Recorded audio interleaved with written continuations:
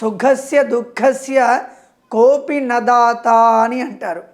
అంటే మన జీవితంలో సుఖం పడుతున్నా దుఃఖం పడుతున్నా ఎవరో నన్ను ఇబ్బంది పెడుతున్నారనో ఎవరో నన్ను సుఖ పెడుతున్నారనో అనుకోవడం చాలా మూర్ఖత్వం.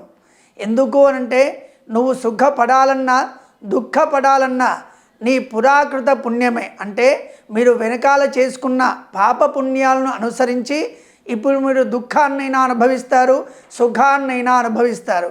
కానీ ఎవరో మనల్ని సుఖపెడుతున్నారు, మనల్ని దుఃఖపెడుతున్నారు అంటే చాలా తప్పైన విషయం అది.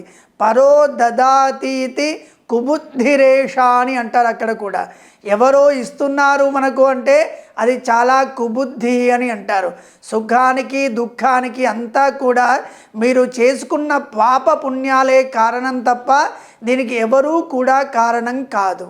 అందుగురించి ఇప్పటి నుంచి అందరూ కూడా మంచి పనులు చేసుకునే ప్రయత్నం చేసి మనం జీవితంలో సుఖపడడానికి అది ఉపయోగపడేట్టుగా మంచి పనులు చేసుకుంటూ ఉండాలి.